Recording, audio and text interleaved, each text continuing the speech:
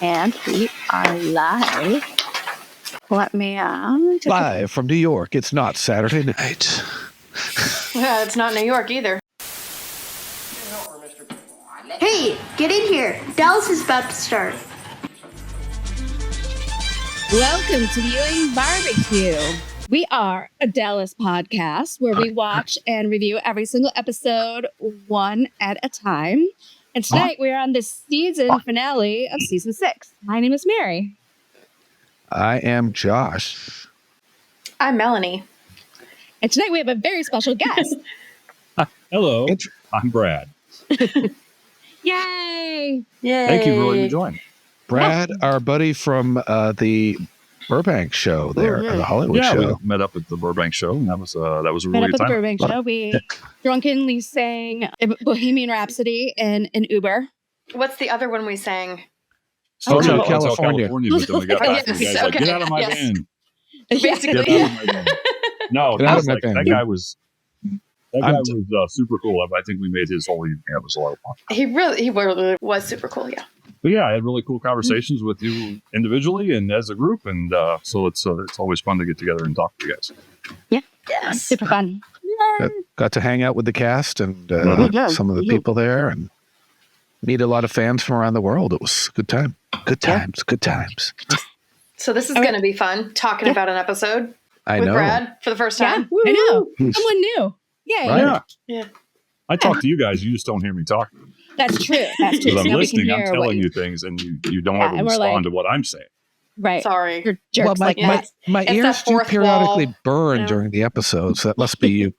So, I'm going to do a quick shout out to our Patreon members. A huge thank you to Brendan Phillick, Captain America, Amy Hara, Brad Mulholland, who's that? Marie Johnson, Michael Jung, Jason Carter, Jennifer Delicato, Laura Bernheim, Carl Reich, Nita Wren, Kristen Carlon. Thank you.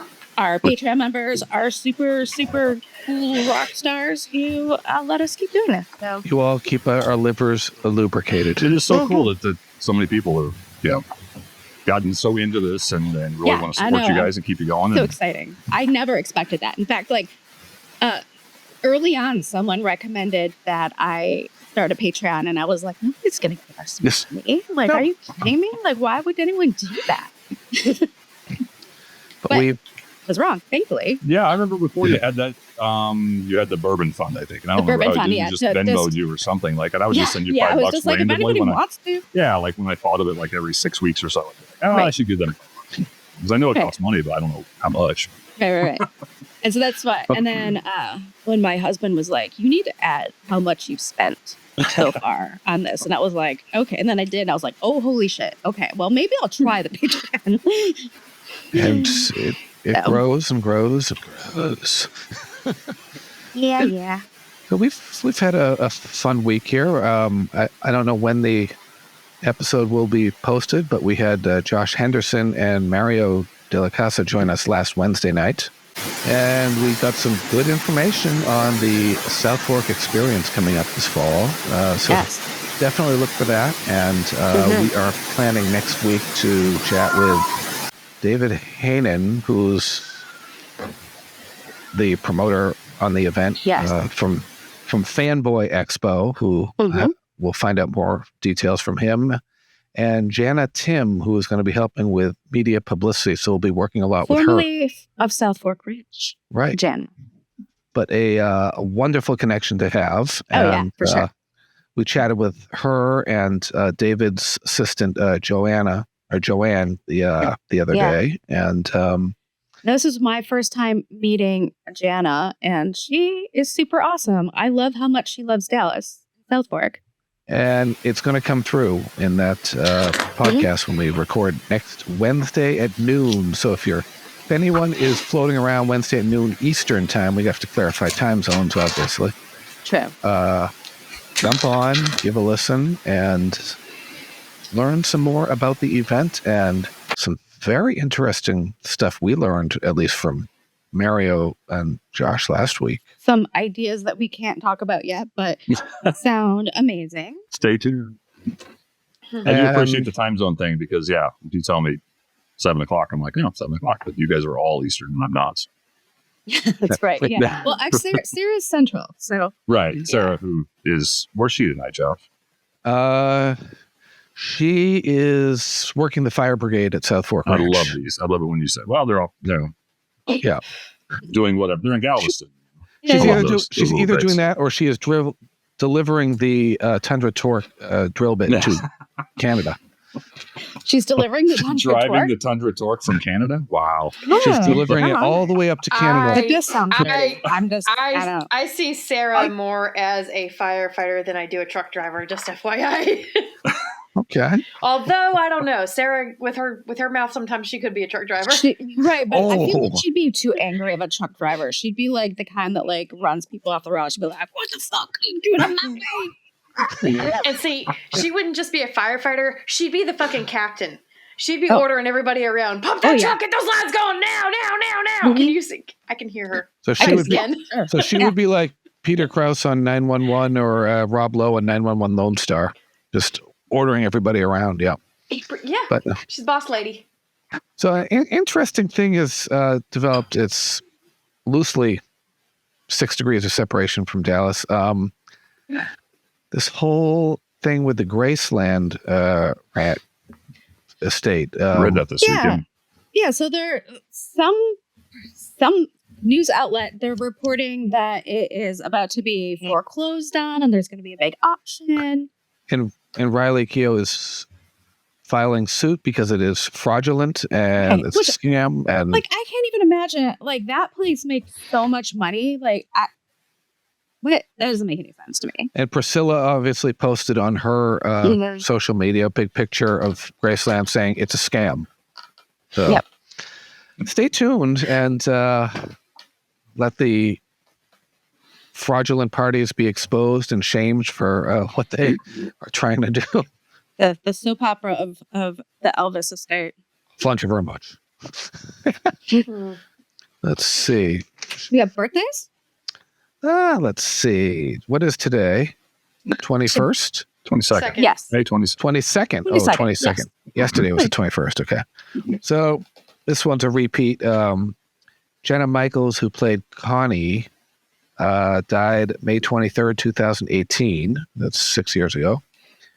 May 24th, 2017, Jared Martin, Dusty Farlow, passed away. Also, Priscilla Presley will be 79 that day. Yep. Insane. And can we just do a shout out to Priscilla Pointer, who just turned 100 on May 18th? 100. Okay, toast to Priscilla Pointer. It's incredible. And making it a century.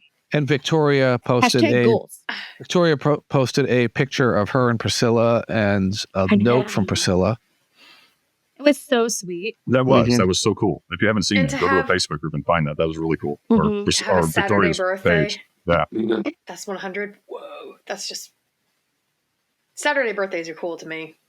I've got one coming up next Saturday. Yeah. This Saturday?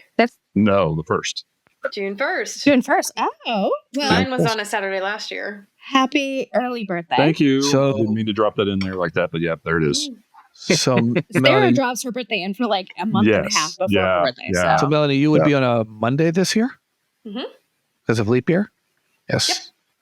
All right. We will get you on never know when my birthday June 10th. We'll send that shout out. Barbara Stock, who was at the Hollywood show, her birthday is May 26th. She will be 68. I got to do my math.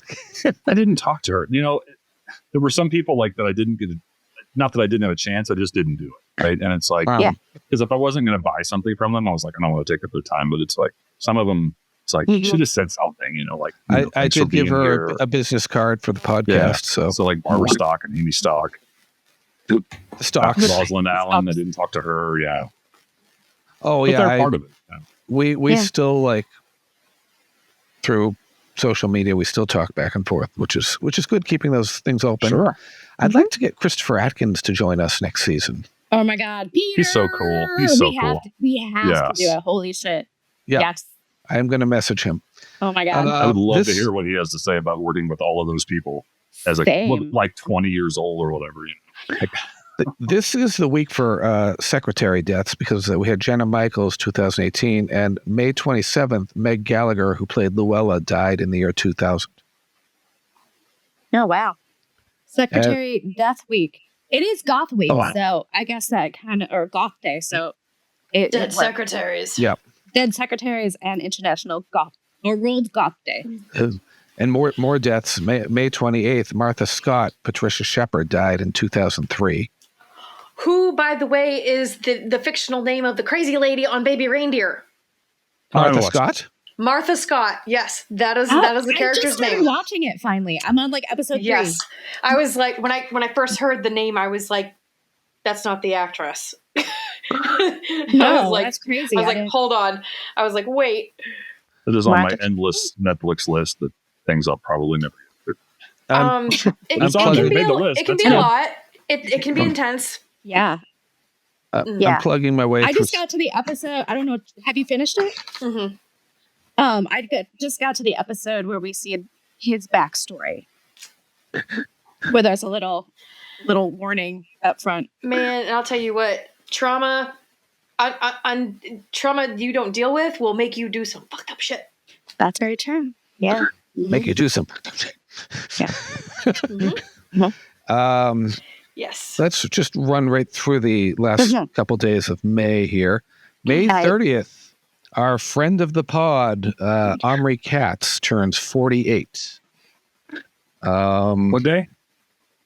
May 30th. Oh, it's 2 days older than me. May 31st, to round it out, Jim McMullen, who played Senator Andrew Dowling, passed away in the year 2019. Yeah, man. And a quick shout out to this is the final episode that he was in, Tyler Banks, who just messaged me. I told him we were doing his last episode tonight. We were going to give him a shout out as another friend of the pod. Yeah. But I have invited him to come on at any point that he wants to. He's out in the Philippines, so it's hard to coordinate the time zones. I think it's an open invitation to anyone who was involved in the show in any way. Yes. Yeah. Come on. So you were driving by on, Haji Road sometime in the summer of 1982, and when they were filming, then you should be on the show. Right. Yes. Yes. In fact, Jana Tim has pointed us to a woman named Nancy that she was talking about, who was a Dallas socialite. Wasn't that right, Mary? About She's going to have some fascinating stories that we're going to try to get her on at some point. Yep. And, honestly, I love when it's like a small character or something, because those are the people whose stories you haven't heard before. In case it didn't go out, condolences to Audrey Landers and her family on the loss of their mother, her mother, and Judy's mother. Ruth passed away at 85. Holocaust survivor, if you have a chance, I think we're going to post up her obituary, but just a fascinating life she led, escaping the Holocaust with her grandparents and growing up in Shanghai before moving to America. And crazy.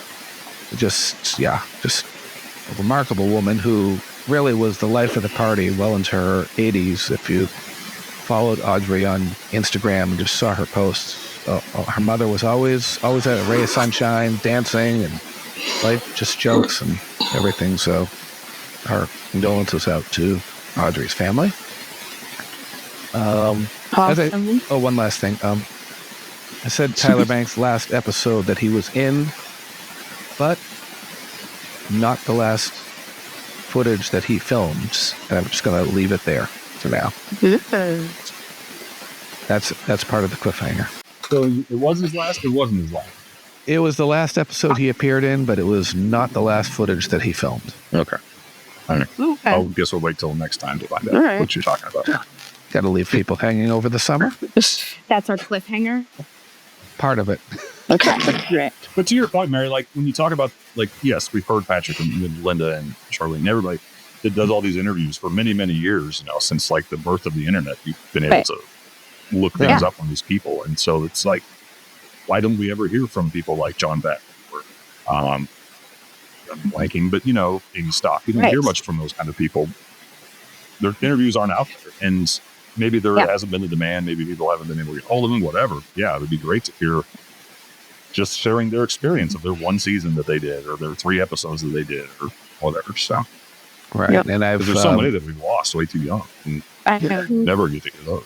Okay, tonight we are talking about season 6, episode 28, episode 131 of the series, Ewing Inferno. Now tell me, was Mark Grayson the only one? Or did you try a few Frenchmen just because you were there? Unlock the liquor, because I'm going to drink myself into oblivion. The fight between us is over? I can't come back to South Fork. And you can't come back to me. You drunk? Oh, I'm cold sober. Now I'm going to kill you. It was written by Arthur Bernard Lewis. It was directed by Leonard Katzman, and it aired May 6, 1983. Yeah. On May 6, 1983, the number 1 song in the U.S. was Beat It by Michael Jackson. In the UK, it was True by Spandau Ballet. The number 1 film in the U.S. was Flashdance. What a feeling. News stories this week. The Hitler Diaries are revealed as a hoax after being examined by new experts, which I didn't even know was a thing, Hitler Diaries. Interesting. That just sounds as fake as when Geraldo Rivera opened up Al Capone's vault and found nothing. Yeah. I watched that live. So did I. Like, such a thing. They probably would have found more in his prison. This is why we cell. don't trust him. It's why we don't trust anyone anymore now. We're Brad, let down. Brad, This do whole you have generation just does not trust anybody. Brad, do you have trust issues? We're Gen X, man. We have trust. Well, something I saw today, somebody said, why are we like this? It's like, well, we were built up for months and months and months about watching this teacher go on a spaceship, and then like it exploded, like it rode over faces, and then they just assigned us homework, right? Like it's just a regular day of school. Like, come on, right? Like why are we like? Well, if we talked about it in school, to be honest with you. I remember that. I came out of gym class. I went up to the cafeteria, and the Spanish teacher who had lunch duty, she just casually said to me, "Oh, did you hear the space shuttle blew up?" Yeah, just casually, just like that. And I'm going, waiting for the punchline. Mm-hmm. No punchline. So I went down the hall and barged into a 6th grade classroom because they had the TV on. I was in 8th grade. And it was, the space shuttle blew up. Okay. Did you watch the Netflix documentary? Sorry, Mary. Oh, it's okay. If you watched go ahead. Is it the old one that was on like a year or 2 ago? Yeah. If you watch that, it is a reminder of how much that was built up. Like, Melanie, you probably don't remember that, but like it was for months. It was built up. She was important. Yeah. In January of 1986, I was like a 16-week fetus. Like, about the time it happened. Yeah. So this was going on for months and months and months. Like there were news stories. They were talking, every night if you watch the news or Entertainment Tonight or whatever. Yeah. I do remember watching NBC Nightly News as a kid. Like that's one thing we did. We watched the news. Mm-hmm. Yeah. And every night there was news about what she drank that day. I'm like, and I remember I was so upset because there was a frog that she had with her. They never talked about that frog because that frog also died. Yeah. She was going to do experiments with the frog. Well, not experiments, but like have a frog go up with her to teach a lesson. That's like the Kobe Bryant helicopter crash. They always say, "Oh, Kobe Bryant." People just always dismiss the other people that were on the helicopter. I'm going. It's always the headliner, right? So whenever on that anniversary, whenever I repost, I always mention the other people first and save him for last. Yes, you should. Yes. His daughter also died too. That's right. Yeah. Born this day, I'm going to pronounce this incorrectly. Gabby Sidibe. She's an American actress known for her breakout role in the film Precious, for which she received an Academy Award nomination, and she was also in The Big C on HBO. Yes. And she was on American Horror Story. Coven. She also played Ella Fitzgerald in Drunk History. Oh, nice. She did. Yeah. We should have a Drunk History Dallas, as we've talked about. Oh, my God. I wanted to do that with Twin Peaks, have like a drunk twin where someone gets drunk and explains an episode. That'd be awesome. Oh my god. Oh my god. Why don't we do that? Why don't we do that? And make it like a Holy really shit. serious episode, like the one coming up with And Ray we all have Mickey to be in the like hospital. for real Yeah. drunk. Yeah. Oh my god. So Let's then do it. Ray Season like 7. holds the door shut. Oh my god, Let's do it. Let's do it. Let's do it. Do it. Do it. Yeah. Also, Just do it. Adrienne Palicki, an American actress known for her roles in TV series such as Friday Night Lights and Agents of S.H.I.E.L.D., Ooh. died today. Allison Dunnigan, who was the first African American woman to receive press credentials to the White House and the U.S. Capitol? I don't know. Yeah, Ezra Jack Keats was a celebrated children's book author and illustrator. And Kai Winding, a jazz trombonist and composer known for his contributions to the music industry. And on Dallas. And on Dallas, as I mentioned earlier, this was Tyler Banks' last appearance on screen, but it was not the last time he saw Linda Gray. In summer of 2003, Gray was at a fan show and a young man said, "Miss Gray, can you sign this for me?" And she did. "And can you sign this photograph too?" And it was a picture of her holding this little baby, and it was Tyler Banks, and there he was in front of her, and that was their that was their reunion.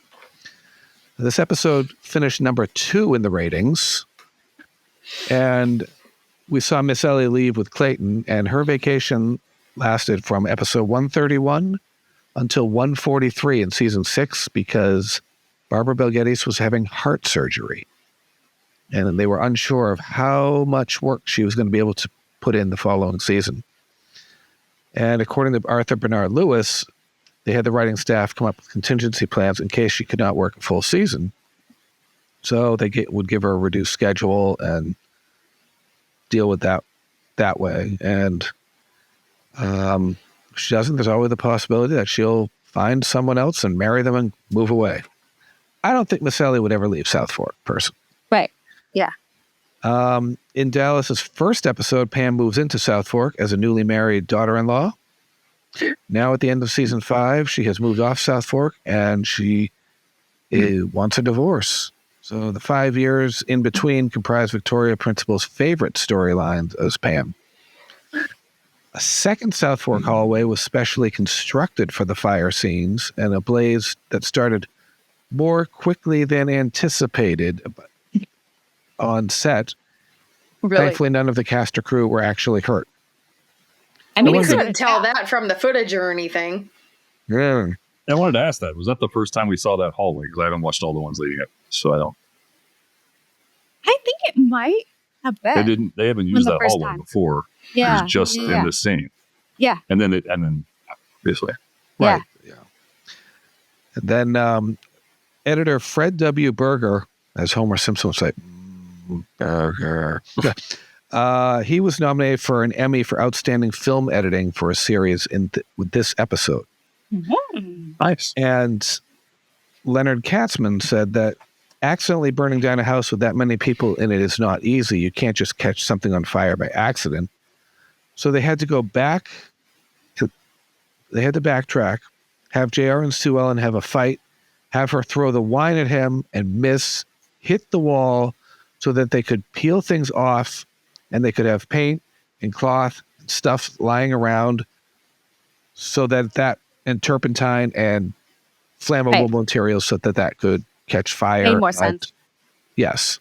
So did anybody else catch the irony there, though? Of this fire? What's that? Okay. So they're remodeling, right? They're going to redo the walls and a fire starts, right? And then 4 years later, the original South Fork Ranch, the box ranch, catches fire during remodeling.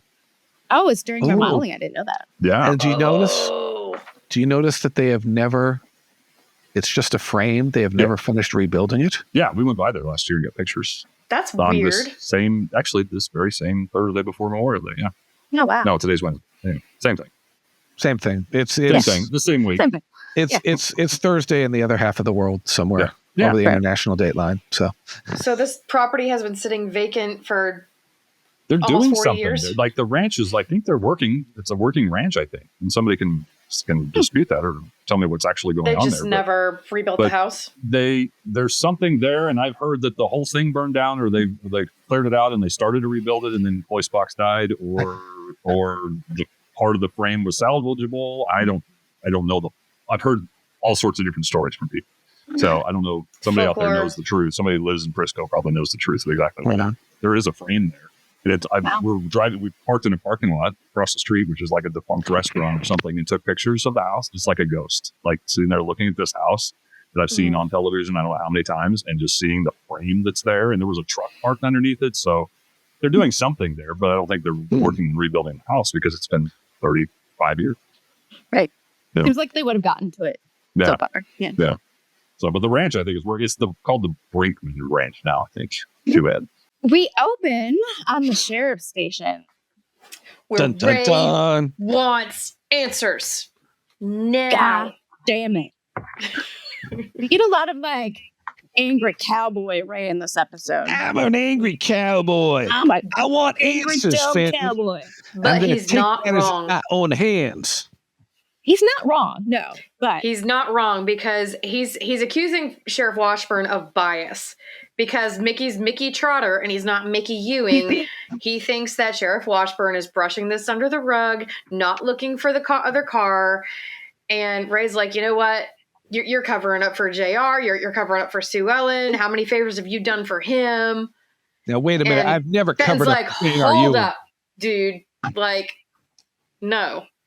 He's not having any of that. Ray, I've never covered up for any of the Ewings before, says Fenton. okay, Fenton. Sure.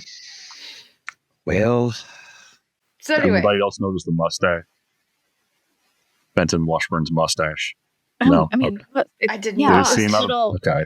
his little caterpillar above his lip. Yeah. It's like that needs to go away. I don't remember that. it before- really does. before, but Like, yeah. come here. Let me just skip that real quick. You know? Let me just say, Stray whiskers. just because people can grow facial hair doesn't mean that some people should. I don't. Yeah. Barry Corbin, no. Don't, no, thank you, no. I think you can tell that Fenton actually feels pretty guilty. This episode, there's a lot of guilt from people. Like, finally feeling the guilt of all the shit that's happened this season. Like, okay. But Well, it's been at a the war. same time, you realize that. Oh my God, I just lost that thought. Let's keep going. Everybody's All right. dirty from this whole thing now. This season should be called War of the Ewings. This is a more appropriate title, War of the Ewings. It's pretty, yeah. It was Then we more cut of to a war than Southfork. the movie. Where at first I thought Sue Ellen was hungover, but then I realized she's just still drunk. Mhm. And it's not water she's drinking, it's straight vodka. Good for her. And Still she in a goes, robe. she's interrupted from pouring herself another glass by a knock on the door. Day drinking. And it's Pam. Yep. He comes and gives her a big hug. And she's basically like, how's life? And Sue Ellen's like, look around. Terrible. This is it. Yep. Look what's happened. Pew! Mm-hmm. And My Pam's life. like, I'm so sorry. And Sue Ellen's like, fool me once. Shame on him. Fool me twice. Yeah. Blame Being very yourself. hard on herself. She calls herself a masochist. Yeah, which For is falling- insane because I could consider JR a sadist. Right. So He's a malignant narcissist, and sadism is one of the traits. the sadist and the masochist, then, if you want to go Yeah. by. Wait a minute. Yes. Well, isn't that special? Get her into that. Ooh. The X-rated version of Dallas. Yes. The outtakes. Back in the 80s, that would be airing on Skinamax. Too hot for TV. There Really actually never know. is a Dallas parody porno out there. Oh, of Oh, course there dear. is. Oh my God. But now And we why have do you to know that? find it. And why do you know that? Because, now we have to find it. And then Does we it have to talk involve about it. Patricia Shepard? A little over a in all decade one? ago, I worked for 4 months at an Adam and Eve store. Is it canon? Very we consider that canon. And they had it from the 80s? No, it was produced like this movie was produced in the I think in the new millennium, like in the 2000s. Yeah, total Wow. Dallas parody. Okay. What? All right. Somebody's a fan. We need to find who hey, produced that. They must be a fan. And it wasn't Debbie Does Dallas. No. I don't think so. I don't remember much about it except it was produced by one of the porn film companies I had to know, like Vivid. I don't think it was Vivid. It may have been. It may have been. I don't think it was Vivid. It may have been Wicked. Wicked. I mean, I'm not sure. I know about it. Okay. Vivid, Wicked, yeah. But I may be wrong. It's been years. All I know is that there was a Sue Ellen, there was a JR, there was a Kristen. I think there was a Bobby and a Pam. Oh my God. There may have been a Dusty. I'm not sure.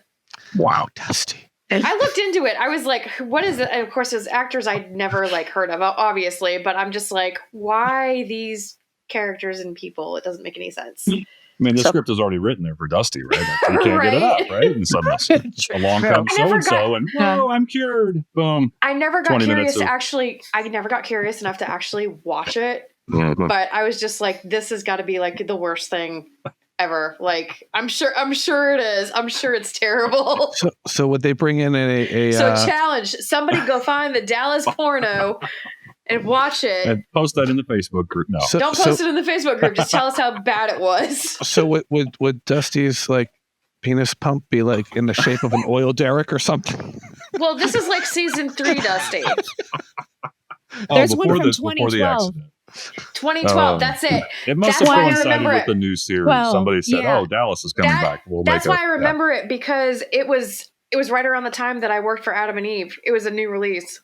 Yep. Newish. It's and the reboot. Dallas XXX, a parody. Yes. Is it available anywhere? JR has screwed over his business partners, his wife Sue Ellen, her sister Kristen, his rival Cliff Barnes, and even his brother Bobby for the last time. Now all of them have had enough and vowed to make him pay. Meanwhile, cousin Lucy is just screwing around. Yeah.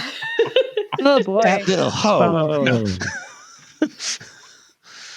Miss Ellie is played by an actor named Ralph Long. Miss Ellie is played by a man? We need Miss to watch Ellie is this played movie by now. a man? Miss Ellie is played by a man. Wow. All right. Can we do a DOA? Can we do a DOA DVD discussion of it? and bring a player to the hotel in Dallas in October? Oh my God. Yeah. You know what? I bet this porno is probably better for us to review than that stupid book we were reading. For sure. I'm going to finish reading. Be way less offensive. I'm going to finish reading that book. Way less offensive. Can we put the chapters up? If I finish reading it, can we post the chapters in Patreon? Yeah. You read it. I will post it. Was I up to? I just did 19, right? Chapter 19. Was that my go last right one? ahead with that, Josh. That's a good question. I can't read it anymore. Okay. Nah. How about this? This is where the bar is, okay? I will watch the porno. You finish reading the book. Challenge. Is it an open bar? Is it an open bar? Well, I mean, that stuff doesn't really bother me. I can look at it from the creative perspective, and maybe the boyfriend will get something out of it. I know. And I'm gonna guess the N word is not mentioned once, so that would be nice. So, you mean on the list of things that don't offend me, porn is not one of them. No. Books offensive. Porn not offensive. That particular book is disgusting. It's just awful. No. I have not read one word of it. Since we're all going to be in the same hotel, if you're going to ban any book, ban this book. Like, I'm serious. No, it's pretty bad. Like it's pretty bad. It's just full of like racist, misogynistic, and just like literally like rape scenes, racism. Like, it's awful. It's terrible. Yeah, it was written by a guy who wanted to write for Dallas, but he had his own ideas that were not above board. I think it was too much for Dallas. It was this too much sanctioned by Lorimar Productions? No, it's absolutely not. Okay. It's from 78, so it's like they had just maybe the first 5 episodes. Then Lee Raintree wrote this book, and it doesn't really. The backstory isn't the same. Wasn't Valeen's name Maureen or something like that? Yeah, her name was Maureen. It had a bunch of different names. And Lucy was JR's daughter in this instance. Yeah. All right. Is this the one where they kill the guys after Winds of Vengeance? So Brian Dennehy and Cooper Huckabee, remember they broke in the house? I think And so. Does that happen in It the would be- book?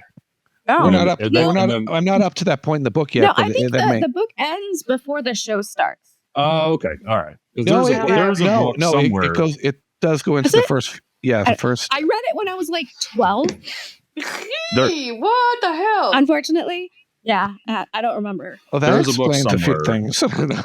Yeah, there is a book somewhere that I heard about that that they rewrote the ending of that, and rather than just let them go, they like killed them and buried them on the ranch somewhere. Oh my god! Somebody knows which book that is. Let me So know. that was- Oh my that god! was- Yeah. That was the original train station, as they say in Yellowstone, where they take the people and they kill them and throw them over the cliff. Right. Yeah. But The biggest thing I remember from the book is that Bobby is named after Jock's mistress, Roberta. Oh, Roberta Lesson. Yes. Ooh.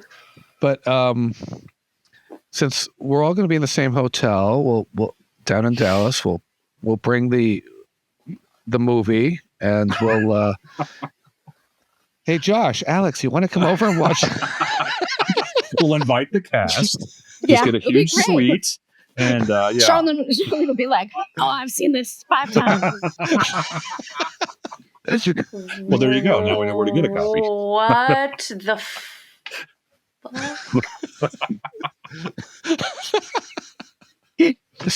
Oh, okay. This is how we diversify.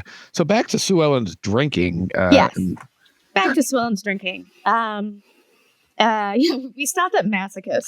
She tells Pam about how marrying a Ewing is trouble, and that Bobby's mistress is Ewing oil. Right. Because they're kind of comparing and contrasting their marriages. And Pam's like, well, Bobby's never been unfaithful to me. I don't know why, but That was a like, weird yeah, I don't comment. know either. Because you're Victoria Principal and you were in Earthquake and you have the big boobs. That was a That's weird why comment, though. Like, why has he never been unfaithful to me? What? It was really weird. Yeah. It's almost like she kind of wanted him to be, so she'd have a reason. That's like a She self-conscious. needed a reason. I'm on this soap opera. Why doesn't he cheat on me? Right. His He brothers almost cheat on came their wives. very close with Jenna Wade when she looked like Francine Tacker. Yeah, but he didn't do it. Even But though he he pulled said back. he wanted to. He stepped Mhm. back. Yep. Yep. Stepped back from the ledge as but what was that group in the 90s? Don't know. Jumper. Was it Third Eye Blind? Oh God. Yes. Or- Yeah. Yeah. Oh God. Yeah. And so then Sue Ellen feels comfortable enough to just start drinking in front of Pam. And Pam's like, you don't need to do that. And Sue Ellen's like, basically like, what have I got left to lose? Yes, I do. You just don't understand. Mhm. I don't understand. You just, Oh, yeah, you drink. don't understand. It's close Drink. enough. Close enough, yes. Close enough. Then we go to Harwood Oil. So a meeting in Harwood Oil and not her bedroom office for once. JR's there to collect his $20 million. Classic JR too, coming in, blaming Holly for something he created. Right? Right. Yeah, and how about like what he's saying about, he's telling Holly about, well, what you did to Sue Ellen. Basically, he basically calls Sue Ellen like useless now. Like she can't do anything. She's catatonic.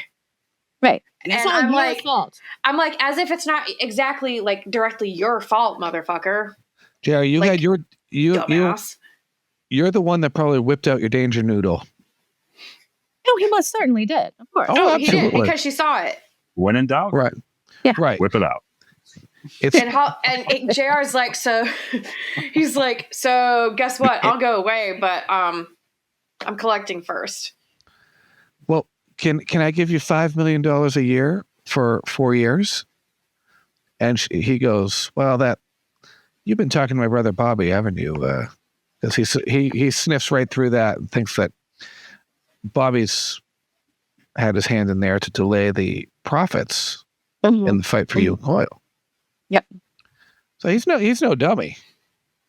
No, Yeah, he's but never still. been accused of being a dummy. But She's also a very, very small company, and that could bankrupt her.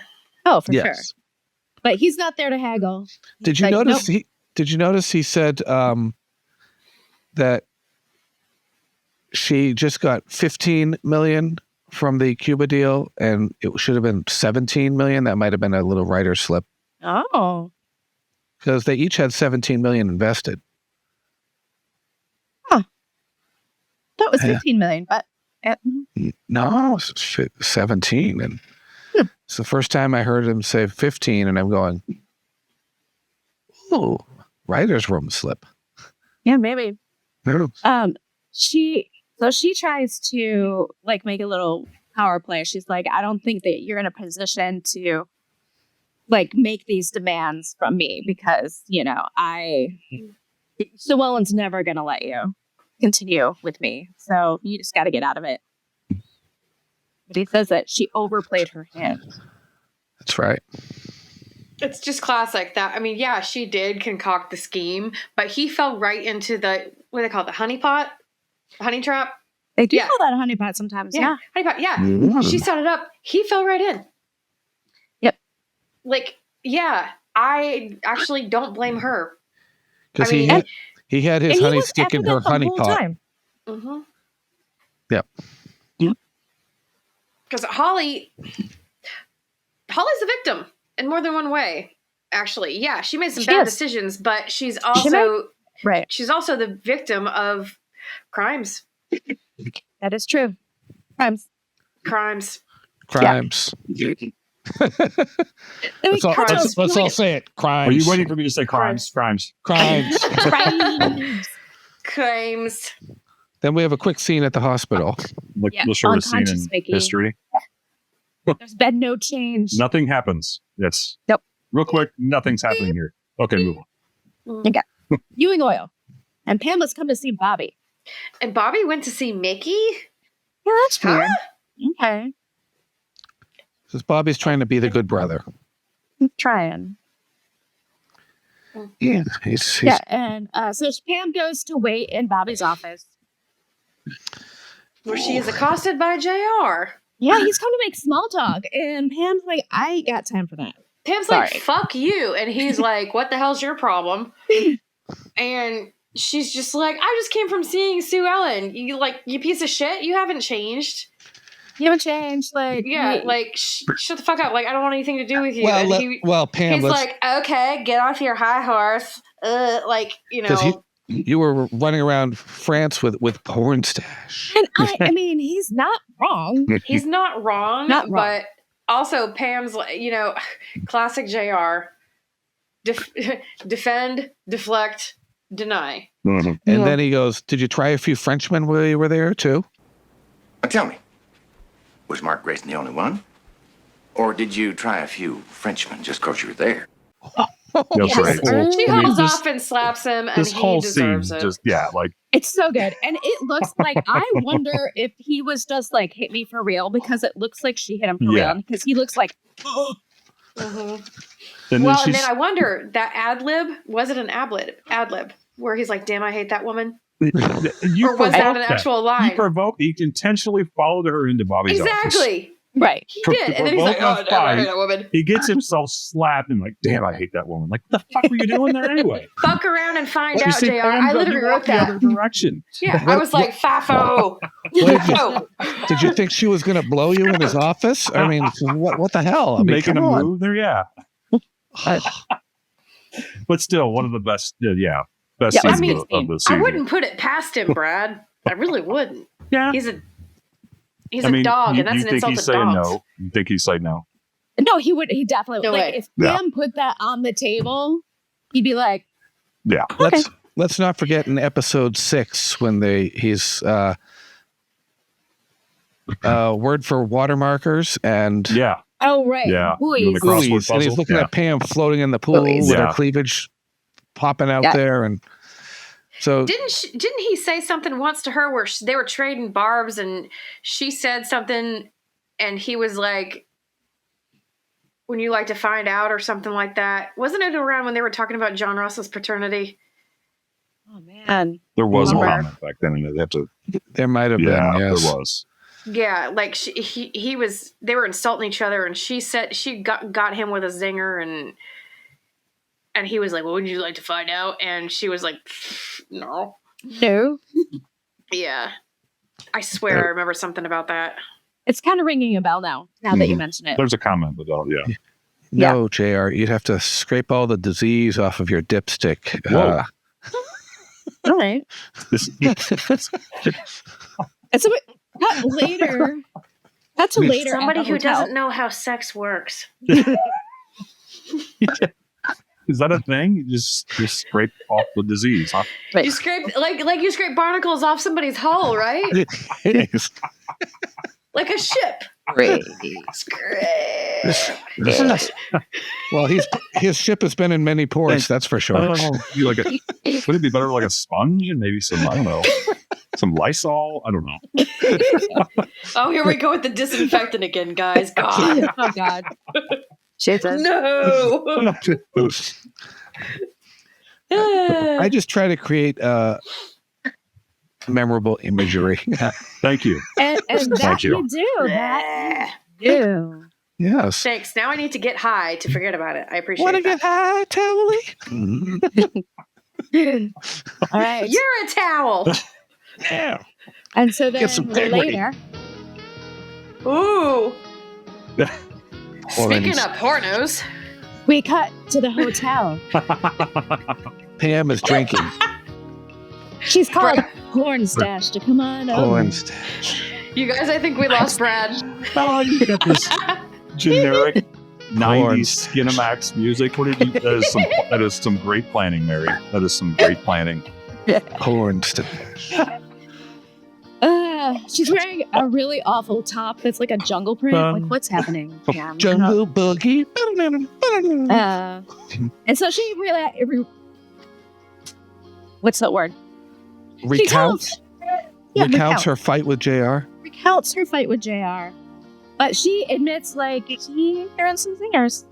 And, That he suggested that she was having an affair with Porn stash. But Porn Stash is like, are you more offended that we didn't? Like, Right. that we didn't have an affair? Like, right. are you Well, more upset what- about that? You know, like, Pam's no, like, they have not had a sexual, physical affair. they've had an emotional affair. I was going to say, I put this on the spectrum of emotional affair, for sure. And it was Yeah. it was coitus interruptus by Afton. Afton interruptus. Right. Because they And- totally would have. If it had not been for Afton's phone call. They would have And been Pam said as much. They would have been. Yeah. Oh, they This would have is been her buffing thing, the right? bedpost. Like she did this with Alex Ward, where she, goes away with them. Yep. Like, meets with them, and then Yes. they're right there, and then television. So there's an interruption. Telephone rings. Right. Like this Not is so her MO. perfect, Pam. Yeah. Right. Pam would have been pounding the posturpedal. She likes to be chased. She does like to be chased. Yeah. Bobby's Yeah. not chasing her right now. She lost interest. Yeah. That's This episode, I really like so many things from this episode with all the like people that are like, Bobby and Pam were the most perfect couple. No, they weren't. Like, they were good for a while, but like they were definitely not a perfect couple. They weren't happy most of the time. Well, and the vibes that Pam tried to put off in the beginning as like a strong, independent woman who don't need no man but fell in love anyway. Right. Like that goes. I've just realized that's gone out the window because she is codependent on him. Yeah. That To went chase her, to make her feel valued because abandonment issues. and a lot She of needs her reassurance. independence and stuff and all that seemed to go out the window also when she went up on the rooftop. Well, because she's definitely got some mental health issues. Yes. I mean, That was a major pivot for her. Yeah. Is a bit. pivot. So then, so she says that she thinks that she's letting both Bobby and Porn Stash down. So she really needs to like make some life choices. She's choosing neither of them right now. Right. Right. And Porn Stash says, your marriage is over. You might as well give Bobby the drill bit and give him some happiness. Right. And then get your crap in order so you can find happiness with me. Because he's like, why would you not give him the drill bit? And so she like says her reasons out loud, and she's like, oh, none of that makes any sense, does it? No, Pam, it doesn't. None of it makes sense. Nothing. Oh, Nothing. Make Porn. it make sense. Right. Does- And then he's like, yeah, because you're going to be leaving him anyway for me. So, whatever. Give him a drill bit. If you give him the Bold of drill, you to assume that, sir. And give she him the doesn't drill say bit no. so you can wild Grace go. He helped her he work helped. through, she's probably thinking these things, but she hasn't verbalized it. And so by talking about it, she's able Right. to get to the conclusion that was like floating around. Like, I can't help JR. Might as well give this to Bobby. Marriage is over either way. Still love 'Cause if- him. I don't want JR to win. That This would is the right choice to make. that would turn her stomach if she Right. didn't give him the drill bit and JR won. But is that one? I mean, wouldn't it almost have been better to let JR have it and then everybody else could go their separate ways? Just wash their hands of it. Yeah. Maybe. Yeah. The crazy part is, even 40 years ago, this, I feel like that scene kind of, you have thoughts. Sometimes they don't seem real until you verbalize them. You say them out loud Right. to somebody else. Until you say them out Yeah. loud. And then it's like, oh. Yeah. I've Yeah. noticed that myself. I'm sure you guys have. That's why Yeah. therapy's so great.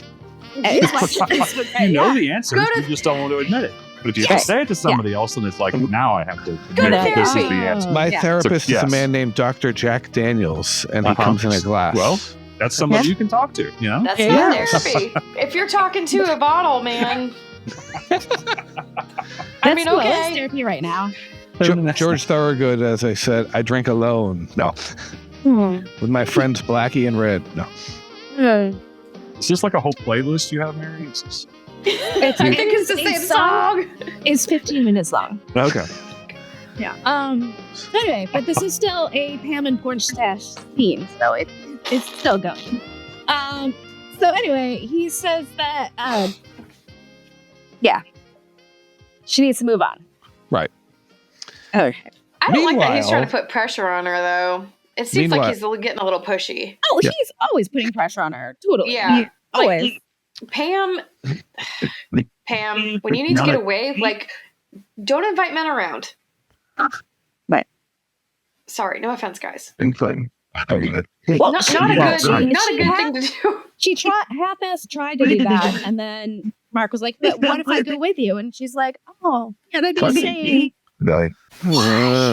So back at Ewing Oil, Phyllis relays the whole thing that Pam was there. And the kerfuffle with The JR. kerfuffle, yes.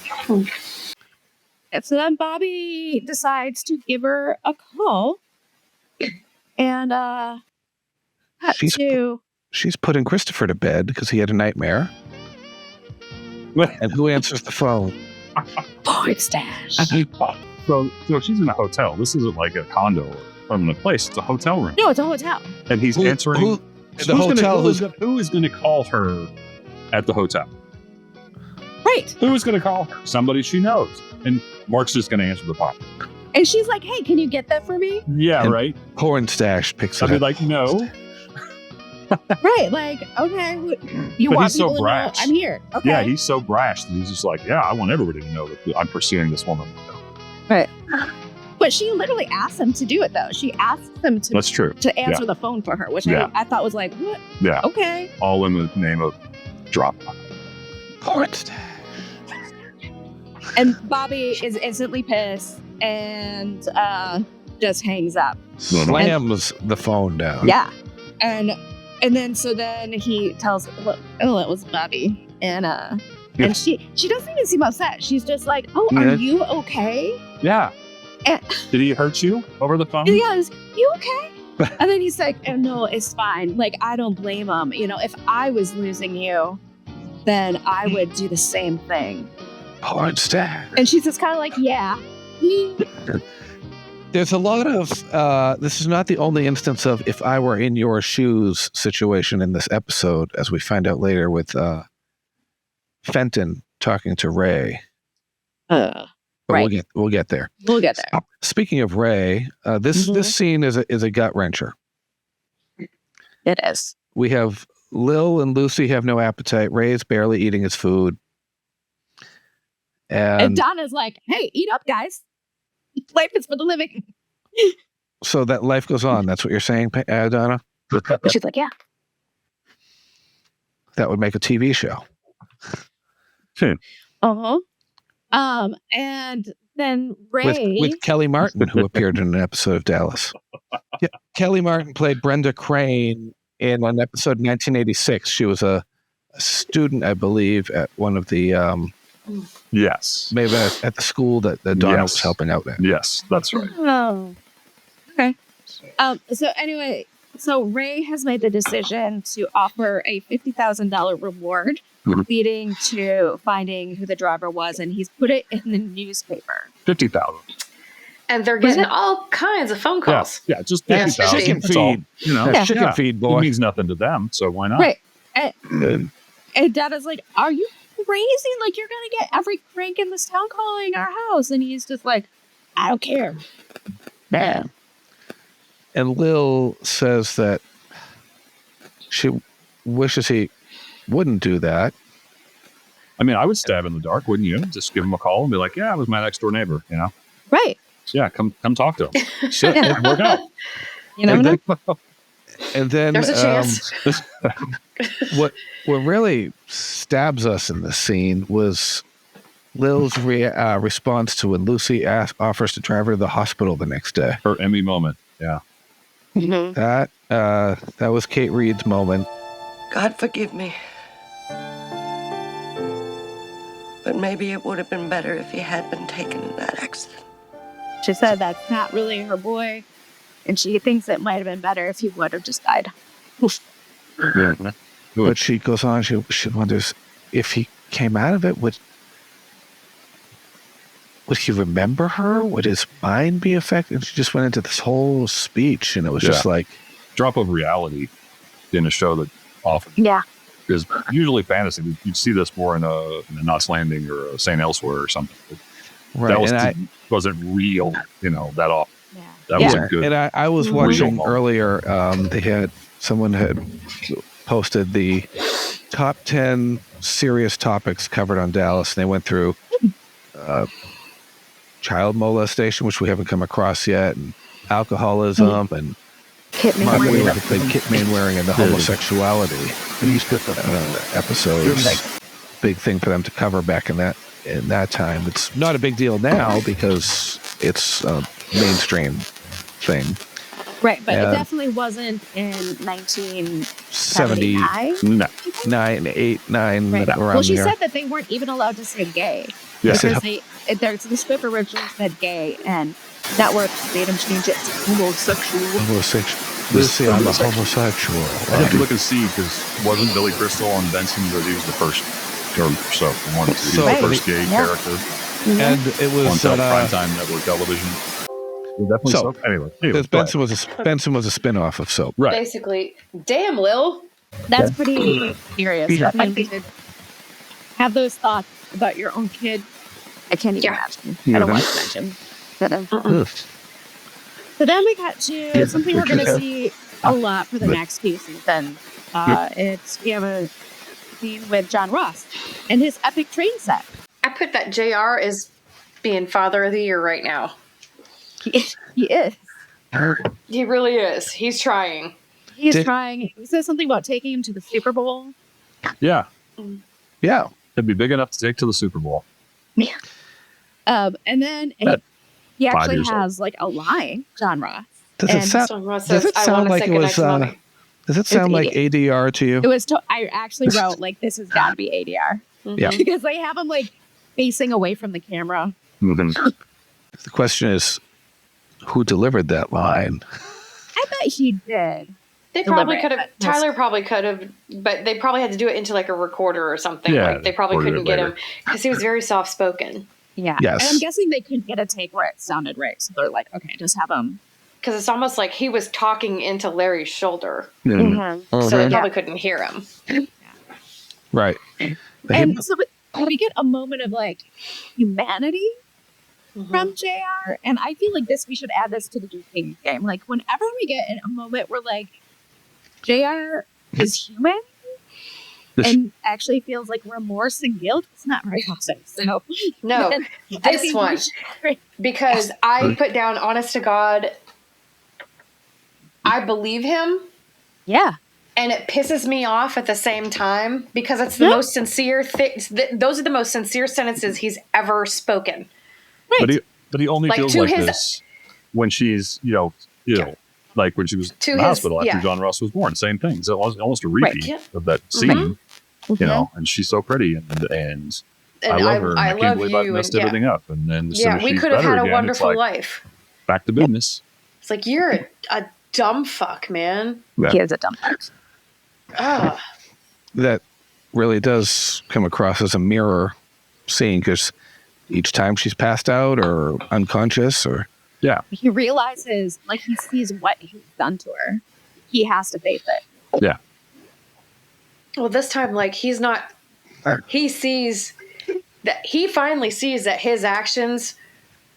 Like, her actions are the direct result of his actions. Yeah.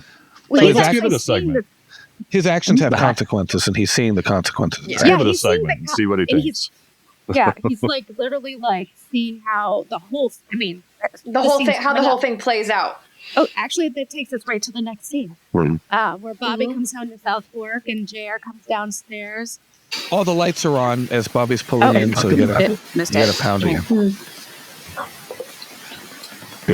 And he asked Teresa to lock up all the liquor.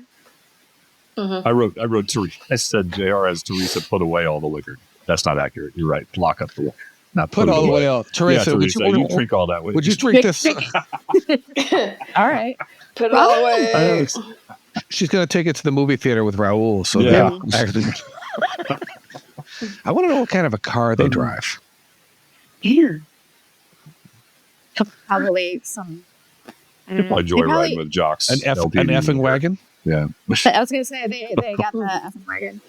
But JR is just kind of staring off into space, and it's like, this is where everything's hitting him. Like, oh, holy shit. We fucked everything up. JR is actually human for 10 minutes. He's like, there's a body. We have a body count.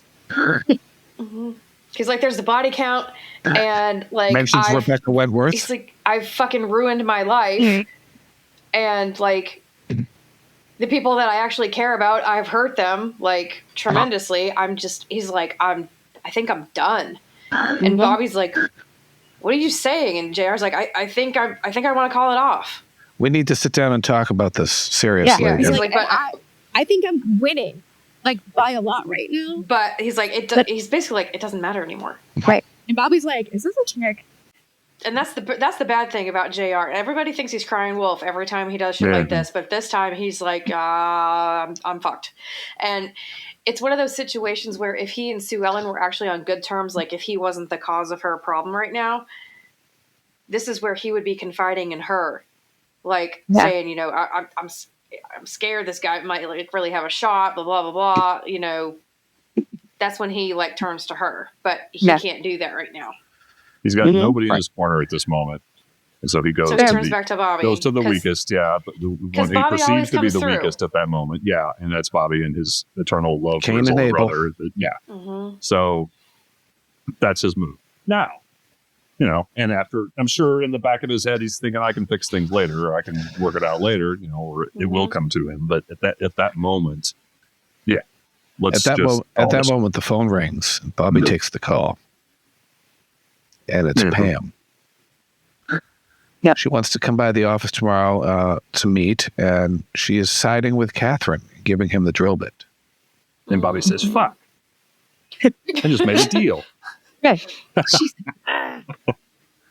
What would I do?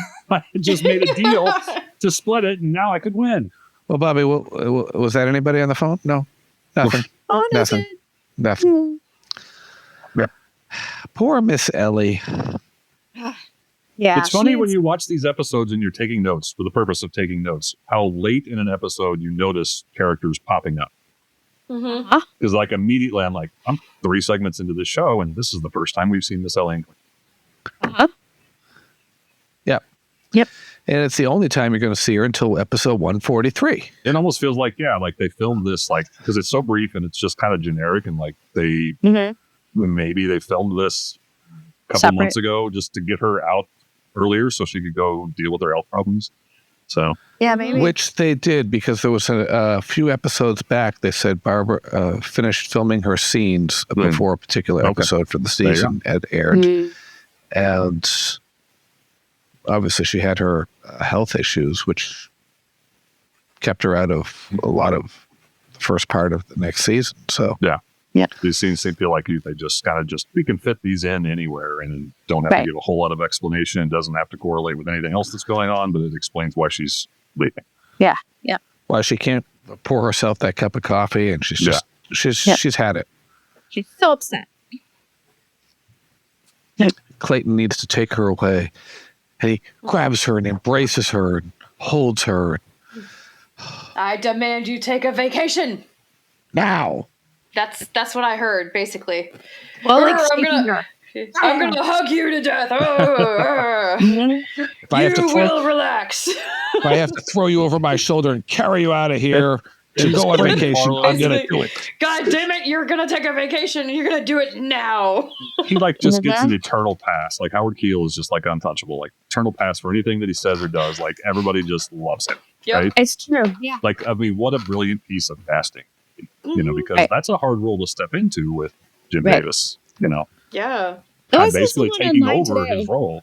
Saying how much they hated Clayton. And What? Like a Dallas thread. I was like, what? Okay. Why do you hate Clayton Farlow? How can you hate Clayton Farlow? Yeah. No. Yeah. I'm sorry. He didn't make Jim Davis sick. He didn't make Jim Davis pass. He wasn't. He was. He didn't ask to be like he took a role. He's doing a job. He's not responsible for any of the reasons that he's there. But it seems like an impossible situation. Take that role. Yeah. And it wasn't that way in the beginning. It became that. Yeah. Yeah. Now, impossible to take a role will come up in a couple seasons to somebody that took a major role that we don't want to really do spoilers right now. Look at how many times it failed. Yeah. But those were recast, I guess. Yeah. Recasting. That's different. There are certain recastings that work because you haven't developed the character. Right. Like Colleen Camp turned into Mary Crosby, and David Aykroyd turned into Ted Shackelford. Mm-hmm. And then David Aykroyd ended up on Knots Landing for a bit. And then at Ray and Donna's house, Donna is super annoyed because, of course, people keep calling about the reward plan. She takes a call, then Ray takes a call, and there's a knock on the door. And She says there's got to be like 25 names on this list, which seems really low. Like I would guess it'd be like 100. Yeah, $50,000. Because of the time, everybody gets the papers. Every nut job in town is calling, right? That's a town of like 2 million people. But as Ray said, it's Braddock. Yeah. It can't be that hard to find that car. Yeah. Right, but it's Braddock, but Braddock is like a suburb kind of Dallas, right? So I feel like word would spread. And there's no reason that car is still in Braddock. Right. And $50,000 back then is equal to what now, roughly? $7 billion. Let's do Are we going to do the inflation calculator? Inflation calculator. What month and year was this? May 83. We're doing the season finale. Actually, during season finale, see it. I know. This is like the first time. $158,000 and some change. So 3 times. So for information, that's a substantial piece of coin. Yeah. Yep. And it's interesting. We're up to 83, and this episode aired, what would you say, May 6th or somewhere around there? Mm-hmm. May 6th. So now the cliffhangers are airing in May. Mm-hmm. They get later. When JR was shot, it was aired in March. Mm-hmm. More and more episodes per season, and they get later more and episodes, later. more money. Yeah. Exactly. Well, and like Steve Kanaly said that, they realized that nobody watched the repeats, so they just started making more episodes. Yeah. Because the dollars that had to be rolling in advertising, God.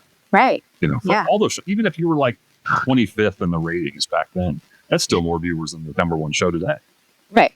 So it surprised me that, it took until 90210 till season started having summer, mini season with episodes.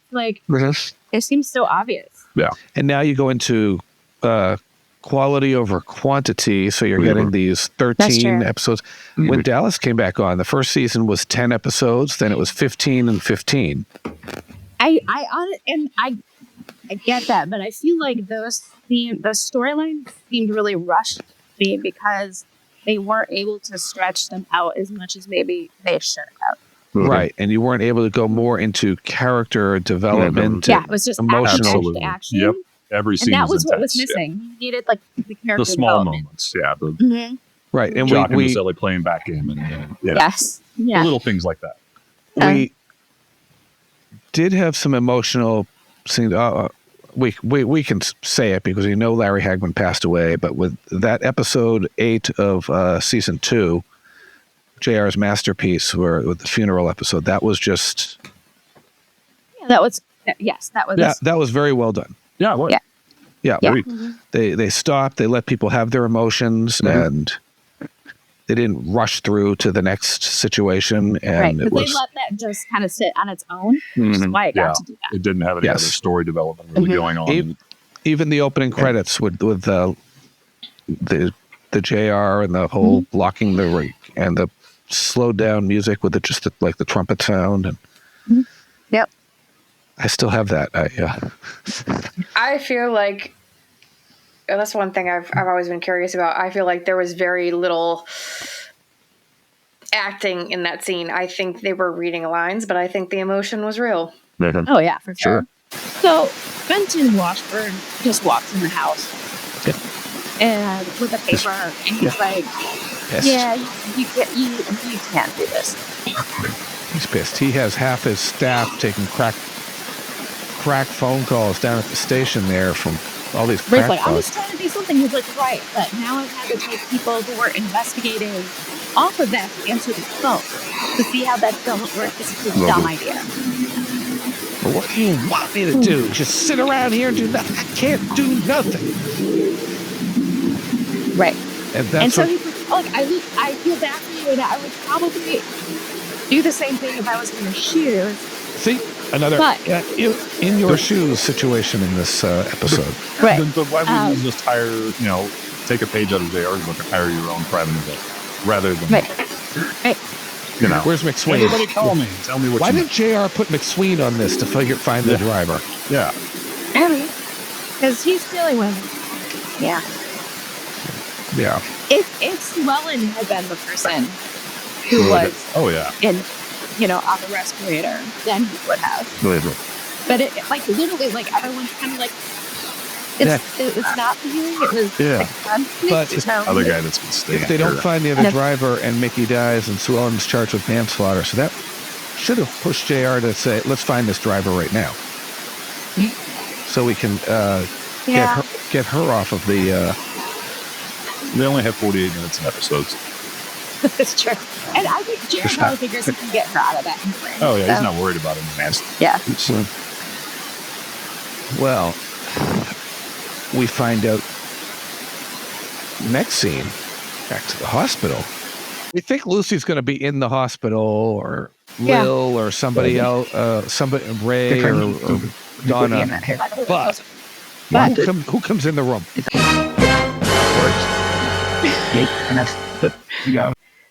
Walt Driscoll. Walt. Walter! They do a good job of shielding him, building some suspense in that moment where From the feet, panning up slowly. There's no build up really to that scene, and just all of a sudden it's just somebody's walking in there. What are they going to do? Are they going to unplug him, and then the They got reveal? to unplug him. Yeah, the reveal is just kind of it's subtle. It's subtle, but it's effective. Yeah. Yes. And he looks so guilty and just cries. Yeah. He breaks down. His life is over at this he point. can't do this. He's lost his job. He's lost his wife. He's put this innocent person in the hospital. And he's on the run, right? Yeah. Then we cut to the office at Kercheval, where Pamela's going to see him. And Bobby can tell right away, something's up.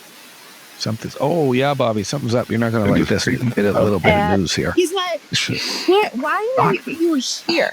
And she's like, well, we have business. And he's like, yeah, but we did the business on the phone last night. Like, you have something else to say. What is it? In short, our marriage just.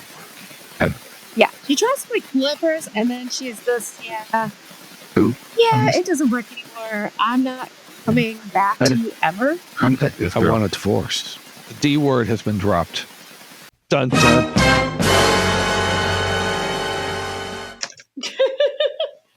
Yep. And I just have to commend Patrick Duffy in this scene for doing the like teary-eyed thing. The lone tear. His eyes just get more and more like teary, and then they turn red, and then like the lone tear as she walks out. It's better than on the news show. I heard this time that they needed Jordana Brewster to cry, and she couldn't cry. She had been using Claritin, and she had no tears. Dried up. That's when you break out the onions. You start cutting in the onions, and that works for me. They'll give you a little thing to put in your eye. You say onions like me. You New Englander. How do they say it elsewhere? Onions. Not saying elsewhere. Onions. There's no Onions. like there's no G in there. We kind of Onion, put one in. onions. Onion. Yeah. Onions. Yeah. Onions. Onions. Onions. There's like an, exactly. there's Onions.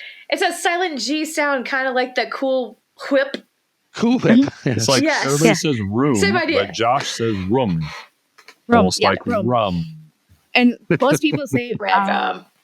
Mario, and he says Mario. Mario. Yeah. Super Mario Brothers. Yeah, it's a very like New England thing. My mom always said Marios instead of Marios too. Yeah, we had a little. It's like, your accent, Josh. We had a little. I think it's a New England thing. But We had a pizza place called Mario's. I still pronounce my R's though. I hate when they don't pronounce their R's in Boston. I used. Oh my god! Looking at Dunkin' No, Donuts. it's a car. Yeah. I swear. Blanca. Hey, I'd like to get a large with extra cream and 4 Splendor. I shit you not. Splendor. Well, A my large. as I think I brought it up before. My camp director in Maine, his sons are Asa and Peter, and he says Acer and Pita. Yeah. That's I'm such like- a. Oh my god, I'm that's like- such a main thing. I'm like, Pita, what are you talking about? The animal rights group there? Are you? I'll go throw some tea in the harbor. That was a way. That was. I hope that was bad tea that they were throwing there because that tea is, it's a quality item there. Do you guys remember those? The point. Do you guys remember those? I think Judy Blume books at all about Are you there, fudge goddess, me, Margaret? Oh. Yeah, fudge. and his brother Peter. Super fudge. Super yeah. fudge? Tales of a Fourth Grade Yeah. Nothing? Oh, absolutely. I think super fudge because when you said Pita, I was just like, oh my god, I remember that spelling of his brother Peter, like the main character. Yeah. Pita. Yeah. Because that's what Fudge called him when he was little. Somewhere I still have. Now you bring up Peter, I'm thinking of the Adventures of Pete and Pete. I still have a copy of Super Fudge in a box somewhere. Oh my god, Nice. I cannot believe I remember that. It's been seriously 30 years. There's some Wow. Judy Blume. There's some Judy Blume movie that I heard that's being filmed. I don't know. A new one? Oh, Yeah, I thought I saw a story the recently. other one. Are You There, God? It's Me, Margaret. Movie was really good. I'm not allowed to see that.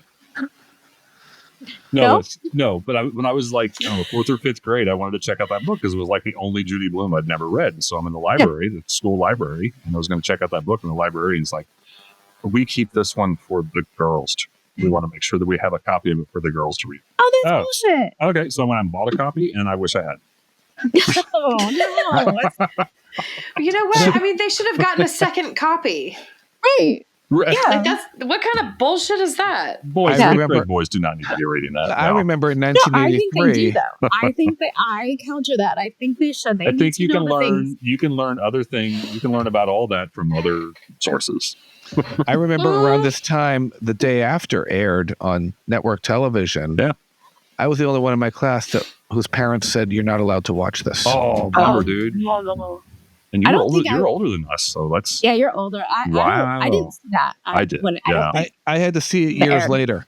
The one that always freaked me out was the Nostradamus movie where Orson Welles played Nostradamus. And they were going over each of his predictions. And the last one was nuclear war, and it just freaked me out. It was like, oh my God. that's something that I had completely forgotten about. I wonder if that's on YouTube. It's a big old Orson Welles, like with his beard, sitting in a chair, going over Nostradamus' quatrains. Oh, you mean Mr. War of the Worlds? Yes. Mr. Citizen Kane looking for Rosebud, we're talking here. Yeah. Was it called Nostradamus? Maybe. I have a thing where I will try to is. remember. I'll have a vague memory of a TV movie or something I watched in the 80s, and then I just go into a rabbit hole, trying to figure out what it was called, if I can find it. It was like Deb Trinelli is the only one I've ever spoken to that remembered the movie Hero at Large that John Ritter was in. But it's really weird that you guys talk about TV movies and stuff like that, because I watched a lot of Lifetime stuff years ago. Yeah, and I had a particular favorite TV movie starring Elizabeth Montgomery about Blanche Taylor Moore, who, come to find out, ironically enough, was from 20 miles away from where I currently live. Blanche Taylor Moore. She was a serial killer. Oh. I think she's still alive, or I haven't seen that she's died yet. Was she a nurse? No. Oh, okay. I thought I think that she was in a TV movie where she played a killer nurse. I don't know Elizabeth about that Montgomery. one. But this one, they call it Black Widow Murders, the Blanche Taylor Moore story. And I've heard of that. What it was basically in the 80s, she was dating this, she was dating the manager of the grocery store she worked at, which coincidentally was across from the old Hallmark store I used to work at in Greensboro. Didn't know that, come to find out. No. She lived in Burlington and whatever. And anyway, she was dating him, but she was also his mistress. He was married, and I don't know, wouldn't leave his wife or whatever. Well, he started getting sick and got sick, and he was in the hospital, and he kept getting sicker, and nobody could figure out why. And then he died. And a little while goes by, she meets this preacher, they start dating, they get married, and then after they get married, he confesses that he cheated on his first wife, and that triggers something in her.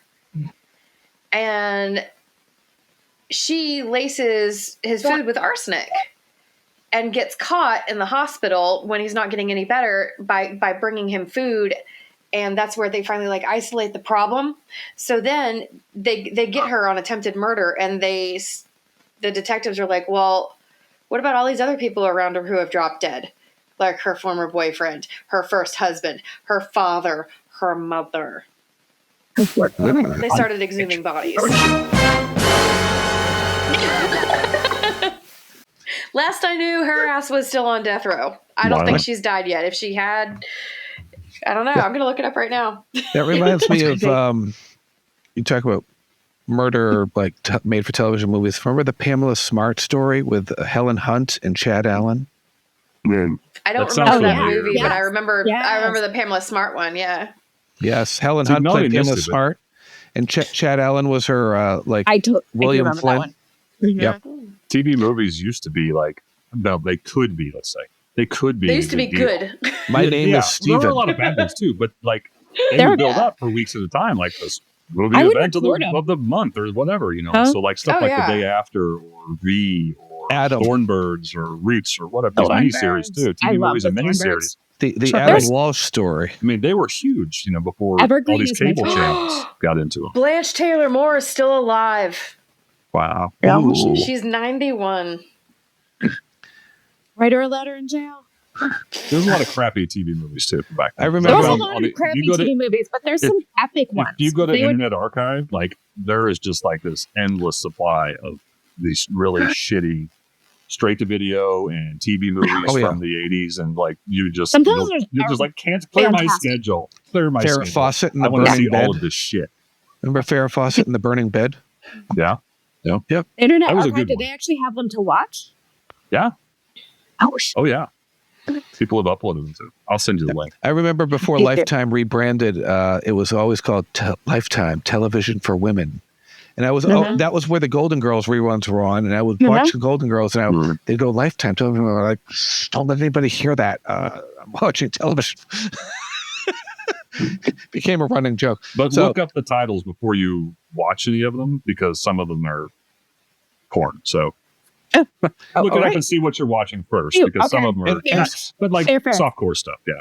But, Skinemax stuff. Okay. Right. For any of us that were cartoon junkies when we were kids, like Saturday morning cartoons, did we see that MeTV is coming out with a vintage cartoon network? Yes. That's cool. That's cool. Other than Boomerang? No. Yeah, other than Boomerang, this one is like has all the old like cartoons. That's what Boomerang is, but that's cool. It'll be like an over-the-air channel.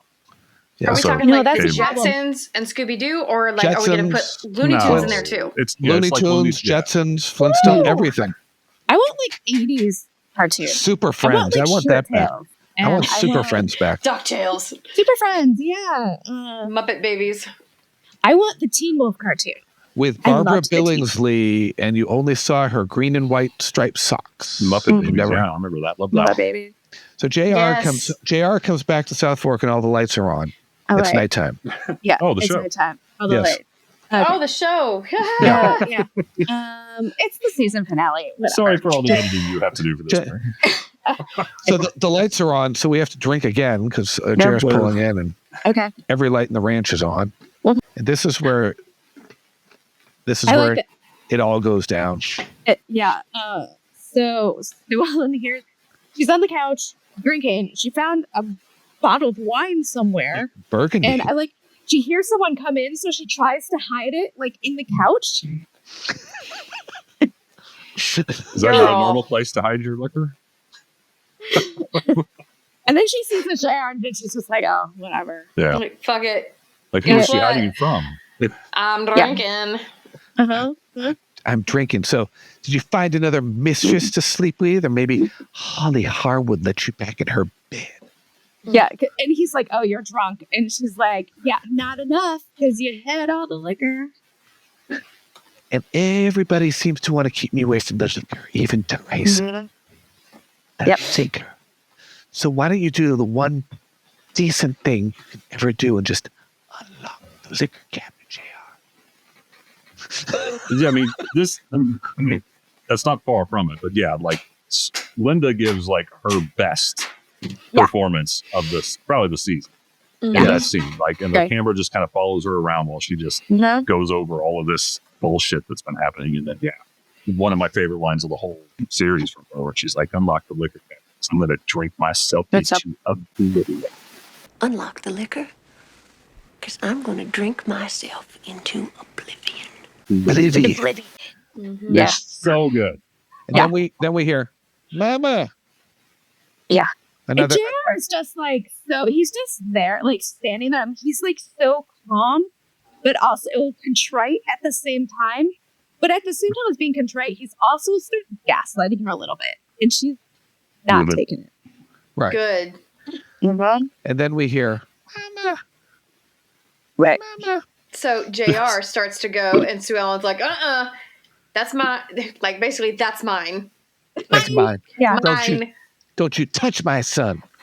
And he's like, all right, well, I'll go get Momma. And she's like, she left with Clayton. She can't stand the sight of you either. And he's like, all right, I'll tend to the boy myself. And she screams and throws the bottle at the wall. And it goes, psh. Burgundy all over the wall. Such a waste. Red wine mess. JR's just kind of standing there like, okay, message received. Yeah. Yeah. What a great image of the wine dripping down the wall. Like, it's just a great, Yeah. Like, because the house kind of sacred, right? Like, you don't want to see it destroyed. Right. And just It's have like something symbolic. like that happens, like if they did in your own home. It's like symbolic of like blood running down the walls. Like this home is bleeding Right. from the inside. This is a culmination of this battle for Ewing Oil is culminating in blood spilling out of the walls and then what's coming up next. Well, if SOUTHFORK kind of is a character in the show. Right. You know, just like the city of Dallas is a character, SOUTHFORK is a character, and the toll, JR's been realizing the toll that it's taken on so many characters, and SOUTHFORK is now another character that's been hurt. And that's reminds me of what Patrick Duffy said. I'm not sure if it was in Burbank or in Connecticut, where when he would sit down with his family and kids to watch the show, and they would go through the open credits, and his kids would go, and South Fork Ranch, like it was a character at the end. Yeah. And the ranch was, And the ranch. Yep. Well, here comes Dr. Danvers in again with his sedatives. Okay, so I'm not sure if this is already on our drinking list, but if it's not, we're adding it. Every time he comes with sedatives, we drink. And that is doctors come to your house in 1983 and give you pills to knock you out. If you're a woman. Mama going to knock you out. Dr. Danvers going to knock you out. I think he gives him like... Dr. Danvers going to knock you out. Yes. And he says she's going to sleep for 18 to 24 hours. Like, holy shit. And Can I get some? Never Can I had get a doctor some? come to my house and give my mom sedative. Right. And so Ellen's had it how many times? And this is a throwback to another time, Yeah. because we don't have doctors nowadays making house calls. And I remember that Brady Bunch episode where the measles and Mike called the doctor, his doctor, and Carol called her. And the boys' doctor. Yeah, exactly. It just doesn't seem feasible in a large town, to have doctors who just come to your house. Like in a small town, like 200 people, maybe you've got one doctor in town and they come to your house. But in a large city, no, would that make a comeback now? That seems like really like one of those, like you'd pay more for like a doctor now who make like a hipster doctor, hipster doctor. Like, what I'm saying? Like the artisanal doctor who makes house calls. Artisanal. Like we're talking about an artisanal cheese. Because there's vets who make house calls now. There are? Yeah, there are vets. A lot of times there are vets who make house calls to like put your dog, like if you need to put your pet down, they will come to your house to do it. Oh, the Rainbow Bridge. Shows up in his Crocs and his man bun and his little bag and gives you a sedative. Right. Yeah. Yep. Tubular, dude. I think it's a weird reversal where, like, basically JR is fighting against Llewellyn going back to a sanitarium. Because that's what Dr. Danvers suggests. Yeah. Right. And as they're walking down, the renovation crew to fix the wallpaper has shown up, and they can't match it exactly, so they're going to have to strip the entire foyer area and redo that whole section, which is convenient because they come in with all the drop cloths and the turpentine and this and that and the walls. Like, I don't give a shit. Just get it done before my mother gets home. Yeah. All the 24-hour, house remodelers. Yeah. Like, like I put all of my other clients on pause for this because he's probably getting paid right. Yeah. It amount. Having him say, get it done before my mother gets home reminds me of like kids cleaning up the house after the house party before the parents come back. Yeah. Yeah. And I remember my younger brother used to always say, oh, don't tell. And I would turn to his best friend and I go, I don't have to tell because he's a damn slob. And they would come home and there would be puke all over the shower that he never cleaned up. So it was just like gross. Yeah. And then he goes, did you tell? I said, no, you left damn puke in the shower. That's why don't you be a little less sloppy next time? Yeah, gross. Get that wallpaper off.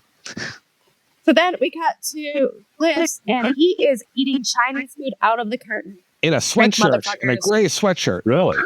First time. Is this a new dish for him? Has he had Chinese before? I feel like it's just starting to become a thing. I was eating Chinese before we went on the air. Very, very Cliff. Yes, and I have a spring roll that I have to heat up after. So He's the Pam has Barnes of the invited greater Boston area.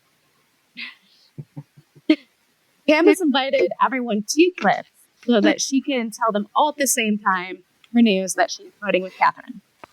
Oh, and there is an explosion out of God. Cliff Barnes. It is like Cliff dropping the loses his A-bomb. shit. Yeah. It is like an atomic bomb going off in... Yeah. Throws her out of the house. She said, my marriage is over. And whose eyes light up when that's said? Oh my God. Yeah. Catherine gets so excited. Like, she loses her cool too. She's just like, Yeah. Oh, Shows yeah. will do that, where they'll just show a character has no line, but just the expression on their face. They want you to know that they heard it and they're happy about it. Yeah. She is Pam moist at this point. Pam calls, she starts to call Cliff. She's like, you are a cold, insensitive. And then she stops. And I'm like, what? A cold, insensitive what?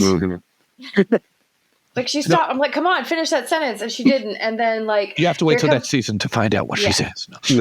Then here comes Afton with the logic again. yeah, Afton's like, okay, well, you just played right into Catherine's hands. And he's like, what are you talking about? And then she's like, I've been telling you the whole time because I'm the only person who knows what's going on. Like, that Catherine was using this to get the butt. Like, if you had just given it to him, none of this would have happened. And If everybody had looked at Catherine when she said that, when Pam said she was getting a divorce, everybody would have seen, oh, she wants Bobby's danger noodle. yeah. If everybody just listens to Afton, there wouldn't be much of a show. That's true. Because Afton calls things right away, and everyone's like, yes. we're not going to pay attention to you. Yes. She's thrown into this world with, all of this going on, and she, despite her youth, always had like the most level-headed. Yeah. And Cliff Was doesn't really emotional really give a crap about anything but himself. And Afton's like, I don't know if I can live with you, and she walks out. Yep. Yeah. Dun, dun, dun. And it makes you wonder about her contract status, right? Considering, jumping ahead a year, what happens then? Like, were they going to bring her back? Do they not know if they were bringing her back in the fall, or of this season? You mean yeah? Makes you wonder what her was she year to year, or it's like it's an opportunity for her to exit and the endless circle of Cliff back to the police station that she was in. Yeah. Benton Washburn has asked Ray to come down to the station. He got news. Bad news. Yeah. The driver Like, is we dead. found out who the driver was, but he's dead. What do you mean he's dead? Then, he says he rammed his car on purpose into JR's car because he was trying to kill JR. And he couldn't deal with realizing that he hurt Mickey Swellen, and he then died by suicide. Took his life. Yeah. And then that's when Ray learns that it was Walt Driscoll. Goodbye, Ben Piazza. Or Ben Pizza, as I used to say when I was little. And then he gets super pissed immediately, and he's like, he may have been driving the car, but JR is the one who ruined Mickey's life. And I'm like, Ray, you're very involved in that. Yeah, weren't you part of the blackmail scheme? Like, Ray was part of the whole thing where they stole his briefcase. Like, right. Yeah. And put the guns and had him detained at the airport. Yeah. And the whole thing. Like, if it hadn't been for Ray, I'm sure everything would have gone fine. And Walt would not be where he is today. He's not even thinking about that. Of course not. No, it's easier just to if I be mad remember at JR. right, it wasn't really set up. JR did not really set up Walt Driscoll to fail. No, he didn't. At any point, he was just using him. He was just using him. Yeah, right. Bobby and Ray screwed it up for them, and that's what. Yeah. So right. So why do you accept your responsibility in this whole situation, Raymond? Because JR had the trump card on him because of his wife's situation, right? So, right. He had no reason to screw him over. He just was going to use him as long as he could, and then maybe spit him out. Right.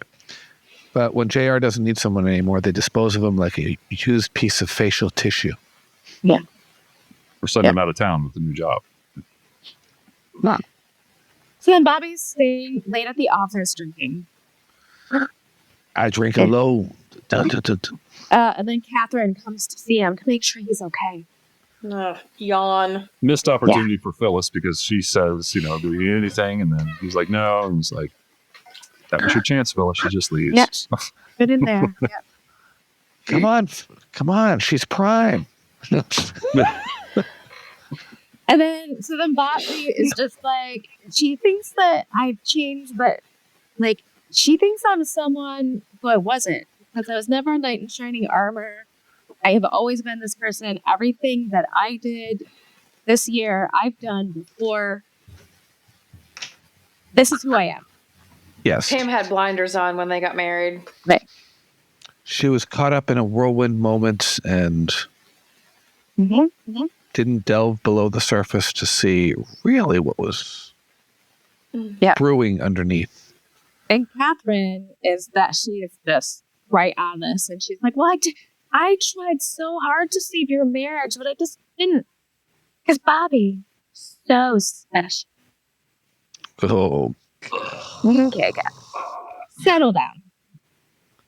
And you know Catherine is still moist at this moment. Moist. Yeah? This is where Sarah will go. Her loins are burning. They're on fire. Okay, JR is sad and Bobby, take me here in the office right now on this desk. In John Ross's room. He's contemplating his life, so I feel like this is the whole we have to drink because he's being a real person. Yeah. And chewing up time, some screen time here. Yeah. Some shit, yeah. Right. Our final shots of Tyler Banks. Yep. So he covers up both John Ross, walks across the hall, and does the same to Sue Ellen, like lovingly covers them up. And he walks downstairs past the scaffolding and keep and drop cloths. And then Teresa comes to tell him that she and Raul are going to a movie, which is like the first time we know what they're doing in the off time. So new subcategory for drinking. When we know when one of the help members of the staff, they're outside plant. Any kind of Now that's got to be rare. But we still don't know their relationship. Are they like brother and sister? Or are they dating? Oh, we never know. Only two there, and they're just gonna go hang out after work. Have we ever seen the sliding doors to the dining room shut before like that? That just startled me. No, I don't. Yeah, that. I feel like it happens more later, but I could be wrong. Huh. I don't know. I mean, they've always been there, right? That stood out to me. So she shuts the door or slides the door shut. And then JR goes over, pours himself a drink, and he's contemplating. And then we hear, JR! He's in dumb cowboy mode again. Steve Kanaly in his Emmy-winning moment. Yeah. Oh, my God. I'm about the last person you're ever going to see. He does kind of overdo it in this scene, but I got to give props to Steve because when you meet him, Ray was always kind of an insecure character, right? Yeah. But Steve is not like that at all. He is confident and bold, and you just get the impression that he knows what he wants, and he knew what he wanted with his career, and especially when he talked about how he was going to leave the show and everything. And it's like, wow, you were really acting when you were playing Ray Prince. The insecurity did not show at all. He teaches, what does he teach now? Gun safety at high school, private high school. Yeah. Yeah, private high school. And his wife, Brent, is lovely. And he gets it. He knows that he's had a charmed life and he wants to share his knowledge with people. It's really cool. Yeah. And I'm in talks to have him join us in a future episode as well. So we've kicked it around. He knows he said yes, he'll come on whenever we want him. So cool. That's cool. I would like to have him early next season to talk about a certain storyline in particular. Yes, I think that would be really good. Don't tell him I said he overdid it in that scene. We'll do. Well, basically, he and JR go at it here. This is a epic fight here. Oh my gosh. Because JR is actually trying to, and then he's trying to. He knocks Ray unconscious with the telephone. With the telephone. Yeah, with the conveniently placed telephone. It's so funny. Yeah. And in the midst of this, they have started a fire. The fire is raging. Yeah. These idiots are too busy tussling to notice this inferno behind them. They would be feeling the heat from that because it was instant. How are they not feeling the heat? heat is on. And there's no smoke in the room. It's all upstairs And Sue Ellen and John Ross are there. And that's the first thing out of JR's mouth when he turns around. Yeah. And that look of horror comes across his face. And did we notice when he sees the fire? And Ray, the same thing when he wakes up. Because they built a second area for this to be burned, did we all notice the wobbling of the walls and the window of the fake set? When they knock into it, Yeah. Now, this also, how quickly did Teresa and Raul get out of the house? And because she would have had to go back to the kitchen, go to the... Maybe put on some regular clothes before going out to the movie. She just lives in that. just go to the movies in my housekeeper outfit. It's like Alice on the Brady Bunch. She just lives in that blue outfit. Yeah. But you want to put on his shirt and some blue jeans at least? I mean, come on. You're right. 7 seconds after she leaves, a fire starts. And the smoke detector, they're gone. The alarm is going off. Couldn't they? Yeah. And they peeled down the driveway. They don't see flames. They're just like gone. In my fan fiction version, they see it and they're like, they look at each other and then they're like, fuck it, and they drive away. Guess we're looking for jobs tomorrow. Right. Yeah. But the symbolism, I guess you could say, in this last scene is crazy to me because JR has fucked up so royally, so badly. He knows how badly he's hurt Sue Ellen and other people, and he literally walks into fire for them. Well, his stunt double did anyway. Yeah. Yeah. And then the beam falls down. He falls down on the floor. Ray gets up, sees what's going on. He tries to come over. He falls down in the foyer. Mm-hmm. Right. And the last shot we see is flames and season. Yeah, and it's no one. So, what did we say for that? Drink 3 times or drink a whole bottle? Yeah, whatever. Yeah. All right. Season finale, season 6. And we just passed our 5th anniversary. We did. Like almost. I don't remember. I looked it up last year. I think it was wrong. So really, you're right on track, just about with getting through a season a year. So you think about it, there's 5 years into the show, essentially. But life gets in the way and things happen. Absolutely. Oh, I completely understand why it would take longer than you'd expect. Like you're thinking, we'll just do like 3 of these a week. Right. At the beginning, and we did. When we first started, we did 2 a night. Yeah. But like you said, life happens. And then we were like, okay, we talked to it. So. But as the show got serialized and there were more divert storylines and things going on, and it was not self-contained episodes, the discussion grew. Talk about stuff and we go off topic all the time. Right. All the time. All the time. I'm giving this 5 bourbons. Come on. Because this is, I remember watching this episode air live. It's one of the first ones. I have a huge memory of it. It's iconic. It's that burning. I love this episode. So I'm giving it 5 bourbons, and I'm filing for divorce. So I appreciate the invite, guys. This is like my second favorite finale. I think a lot of shows are like dependent upon dependent on so much stuff that happens before it, and sometimes stuff that happens after it. But like this is the one that like is just one of my favorite cliffhangers. I'll say 4.95 and a night out at the movies. Yes. Yeah. And this is where it clicked. I had watched before, but because I was so little, I didn't have recall. And then when you're that young and you see fire, it's like that, like clicks something in your brain, and it was just like go from there. It's like being shot out of a cannon, and definitely one of the best. And coincidentally, that same season, I believe there was a fire cliffhanger on Dynasty as well. Mm-hmm. So fire was all the rage back then. Yeah. And I'll definitely go with a 5 on this because it was huge. It was epic at the time. Not like Who Shot JR, obviously, but didn't create quite the buzz, but it was easily resolved. Right. As opposed to some of the other cliffhangers that lingered into the following season. Yeah, 3. Yeah. 5 episodes. Yes. And I'm going to go with a wine-soaked wallpaper for this one. And a shout out to, obviously, our friend of the pod, Farewell, Tyler Banks. I'm going to give it 5 bourbons and a sprinkler system because y'all motherfuckers didn't notice that giant raging flame behind you. Wow. Even with the smoke detectors. Right.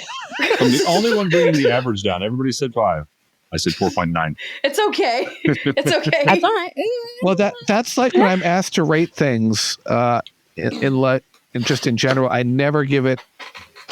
And I have to leap through hoops normally to give things like a full 10 stars. I or rarely give I do that on that IMDb much. just like as a checklist for myself. Like I've seen that movie, so I put a rating on it so that I know that I've seen it. Yeah. Oh. Like if it's a well-produced movie, it's somewhere between a 6 and a 10, right? Like 6 is like, it's okay. I don't need to see it again. 7, I might watch it again if, it's available and I don't know what to do. And like, there. But yeah. If it's a really shitty movie, then they're down.